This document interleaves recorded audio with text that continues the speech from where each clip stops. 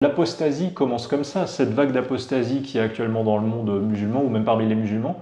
L'apostasie, elle commence quand un musulman commence à penser que ne serait-ce qu'une seule parole de son Dieu ou ne serait-ce qu'un seul comportement de son prophète est injuste ou est critiquable. C'est ça le début de l'apostasie, parce que de base, tous les musulmans tiennent ce discours public officiel de dire 100% des textes islamiques me vont, ou par corollaire, ils disent « rien ne me déplaît dedans », ce qui pour moi est la plupart du temps un peu faux pour beaucoup, parce qu'ils sont éclectiques, ils sont 1,5 milliard officiellement. C'est pas possible que tout le monde soit si différent sur à peu près tous les sujets, même les goûts en matière de cinéma, alimentaire ou ce que tu veux, et bizarrement devant leur texte sacré, tout le monde te dit qu'il n'y a rien qui leur déplaît dedans, et pour moi c'est ça vraiment le début de l'apostasie, c'est quand le jour où un musulman commence à se dire sur 1000 lois islamiques que tu lui présentes, il y en a ne serait-ce qu'une qui le dérange, 1000 comportements du prophète Mohammed, il y en a ne serait-ce qu'un qui le dérange, c'est déjà le début du doute, de la remise en question, ça commence comme ça. D'ailleurs, c'est toujours très drôle quand ouais. quelqu'un monte et me dit pourquoi tu présentes que les aspects négatifs de l'islam?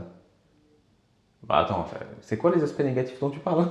Je lui fais dire qu'est-ce qui est négatif pour qu'il constate. Déjà, il admet effectivement, et en plus, c'est complètement idiot parce que qu'est-ce que t'en as à foutre en fait? Vis ta vie normalement. S'il y a des gens sur internet que tu ne connais pas qui critiquent ta religion et que ça t'embête, c'est que quelque part ça en dit long sur le fait qu'inconsciemment t'es gêné en fait par les aspects négatifs de ta religion. D'ailleurs, au lieu de lui poser la question, au lieu de te poser la question, s'il sait que ce que tu dis est faux, il t'explique en quoi c'est faux et terminé.